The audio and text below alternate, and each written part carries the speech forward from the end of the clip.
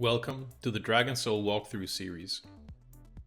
These walkthroughs will give you insight into the Dragon Soul 10-man heroic encounters from a raid leader's perspective. In this video, we're going to take a look at the Spine of Deathwing fight.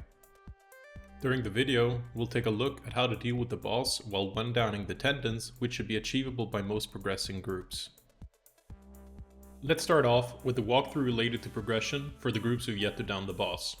We go with 2 tanks, 2 healers, and 6 DPS.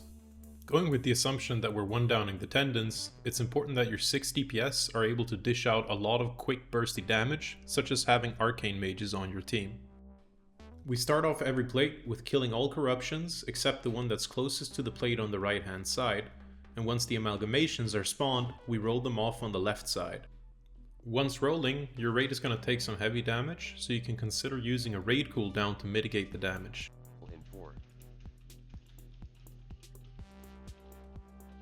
We kill off the last corruption to spawn an amalgamation and start hitting it to lower its HP.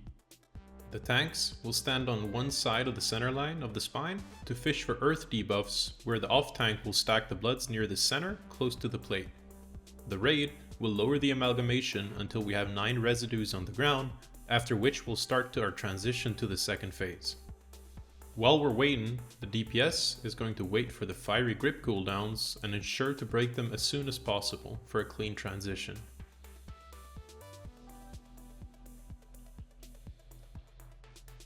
Yeah, it becomes important for me later, I will, like towards play 3 and stuff. And when we're pushing, even though I have a blood on me, it's worth for me going cat form. When the amalgamation gets low HP, we stop DPS on it and wait for a good time to transition. Stop on amalgam. Stop. Just full stop on it. But they despawn, you can go again. Once there's less than 10 seconds on the second grip, you can start soaking the residue with the amalgamation. This is going to ensure that you do not get a grip while bursting the tendon. When the amalgamation hits 9 stacks of residue, it's wise to use a raid cooldown to mitigate some of the damage, since your raid will be taking very high DPS. The plate will then be lifted, and your main tank should pick up any of the remaining bloods, while your entire raid shifts their focus on DPSing the tendon as soon as possible. We do not bloodlust on the first tendon, but we use a lot of our 5-minute and 3-minute CDs to get the job done.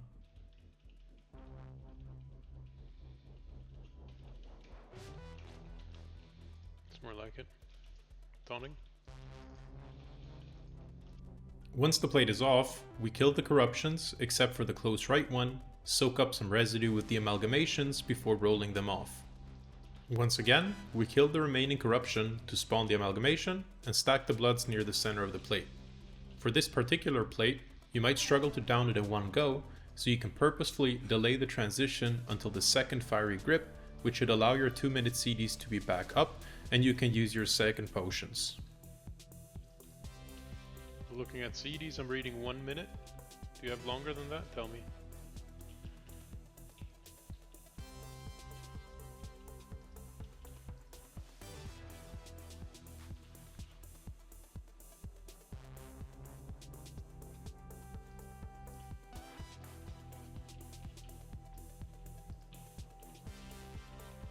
Are we good to push in 50? Does anybody not have...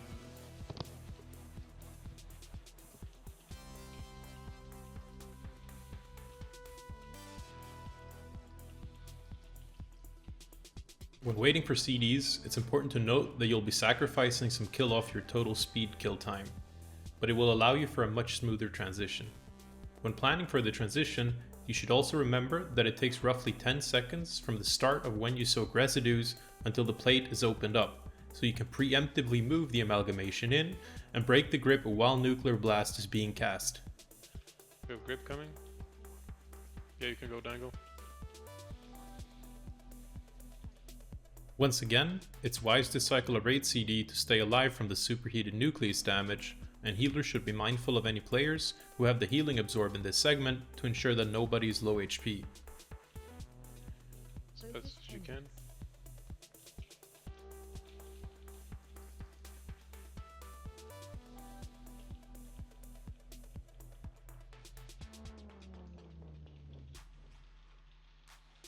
push it.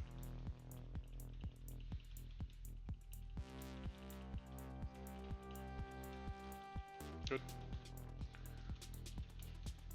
I have 5 seconds to AoE taunt. Once again, we're going to kill all the corruptions except for the top right one, and then roll off the subsequent amalgamations.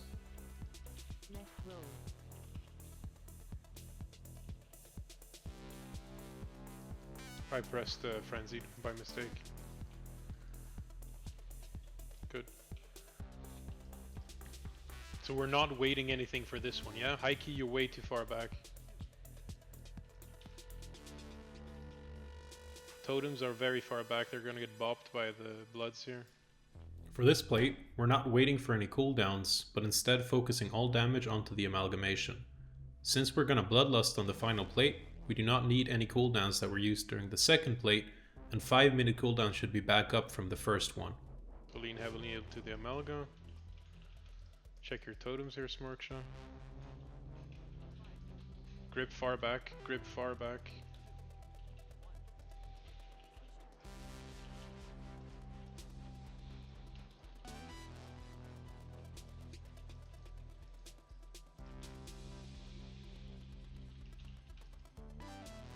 I think it might have hit your totem.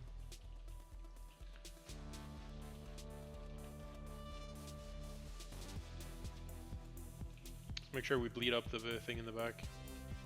Since we're just pushing the amalgamation as soon as possible, and this is the end of the fight, make sure to kill the remaining corruption while Nuclear Blast is being cast, to ensure that nobody's getting gripped during the tendon phase. Also, cycle all remaining cooldowns, both offensive and defensive, to close out the fight.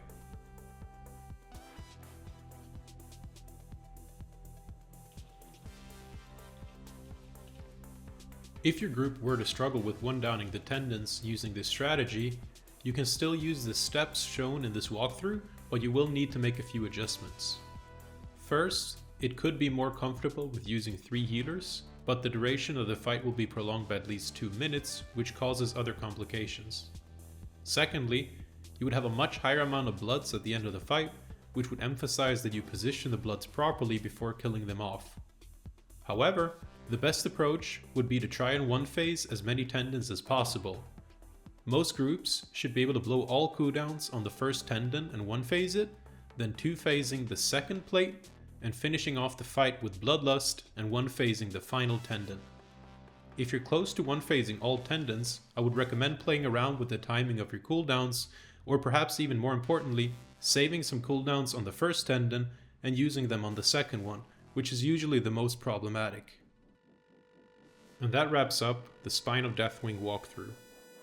I want to thank you all for your continued support over the last couple of months.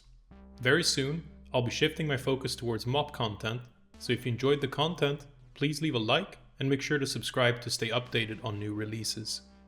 If you have any requests for future mob content, please let me know in the comment section. See y'all next time.